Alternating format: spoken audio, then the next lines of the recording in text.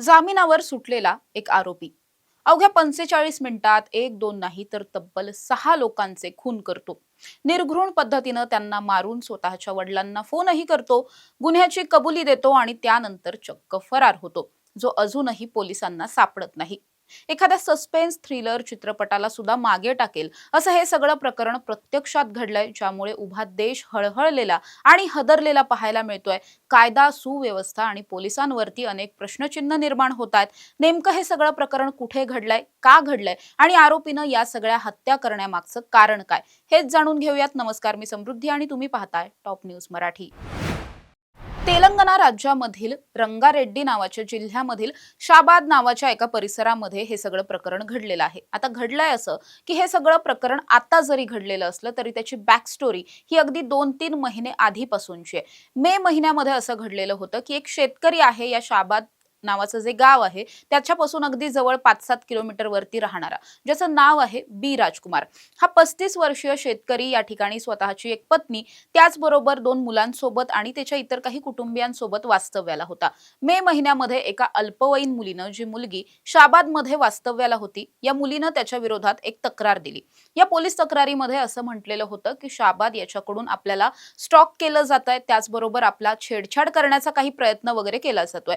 अशा पद्धतीचे सगळे आरोप असल्यामुळे आणि अल्पवयीन मुलीनं हे सगळे आरोप केल्यामुळे पोक्सो अंतर्गत गुन्हा सुद्धा दाखल झाला आणि त्या प्रकरणामध्ये बी राजकुमार याला अटक सुद्धा झाली। आता जेव्हा ही सगळी अटक झाली त्यानंतर जवळपास काही दिवस हा आरोपी जो आहे तो तुरुंगामध्ये राहिला। त्यानंतर मात्र त्याला अँटिसिपेटरी बेल सुद्धा मिळाली आणि पुढे 20,000च्या जात मुचलक्यावर त्याचा जामीन सुद्धा झाला। हा जामीन झाल्यापासून जून महिन्यामध्ये हा जामीन झाला तेव्हापासूनच या आरोपीच्या डोक्यात सतत सुडाची भावना निर्माण होत होती आणि या सगळ्याला अंमलबजावणी करायचं त्याने ठरवलं ते 10 जुलैला। 10 जुलैला तो स्वतःची गाडी घेऊन घराच्या बाहेर पडला।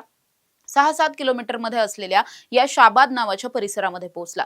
तिथे गेल्याच्या नंतर ज्या मुलीनं ही तक्रार दिली होती तिच्या घरी गेला।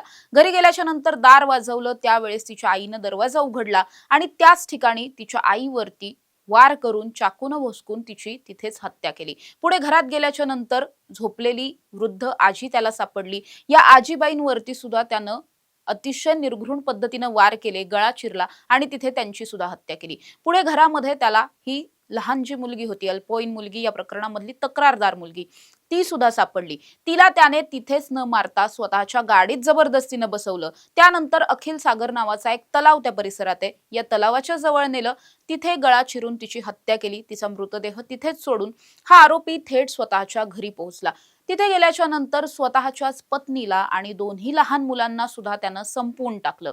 हे सगळं केल्याच्या नंतर हा सगळाच जो काही घटनाक्रम आहे तो अवघ्या 45 मिनिटांमध्ये घडला। हे सगळं केल्याच्या नंतर त्यानं स्वतःच्या वडिलांना फोनही लावला, आपण या सगळ्या 6 हत्या केल्याची कबुली सुद्धा दिली आणि त्यानंतर तेव्हापासून तो सध्या फरार असलेला पाहायला मिळतोय। या प्रकरणामध्ये तेलंगणा पोलिसांवरती अनेक प्रश्नचिन्ह निर्माण होतीयत, त्याचबरोबर पोलिसांचा कायद्याचा धाक राहिला नाहीये असं सुद्धा म्हटलं जातंय। या आरोपी विरोधात गुन्हा तर दाखल झालाय, मात्र आरोपीला अजूनही अटक झालेली नाही, आरोपी अजूनही फरारच आहे। पण मुळात या आरोपीनं एका अर्थी जेव्हा सुडाची भावना त्याच्या मनामध्ये होती त्यावेळेस त्यानं तक्रारदार मुलीचं कुटुंब तर संपवलंच, पण त्यानं स्वतःच्या कुटुंबाला नेमकं का संपवलं, त्यामागची नेमकी कारणं काय आहेत? या आरोपीचं वागणं आधीपासून असं होतं का, की या सगळ्या गुन्हा दाखल झाल्यानंतर त्याच्या वागण्यातले हे सगळे बदल झाले आणि इतकं मोठं पाऊल त्यानं उचललं? असे अनेक प्रश्न निर्माण होतात। या केसकडे केवळ कायदेशीर दृष्टिकोनातून नाही तर हा माणूस किती विक्षिप्त, विचित्र असू शकतो किंवा किती क्रूर मानसिकता आहे या अँगलनं सुद्धा पाहिलं जातंय आणि लवकरात लवकर त्याला अटक व्हावी अशी मागणी सुद्धा आता जोर धरताना पाहायला मिळते। पोलिसांपुढे खूप मोठं आव्हान आहे, लवकरात लवकर आरोपीला अटक करायचंय आणि या सगळ्याच पीडितांना, ज्यांचे खून झाले, त्यांना न्यायही द्यायचा आहे।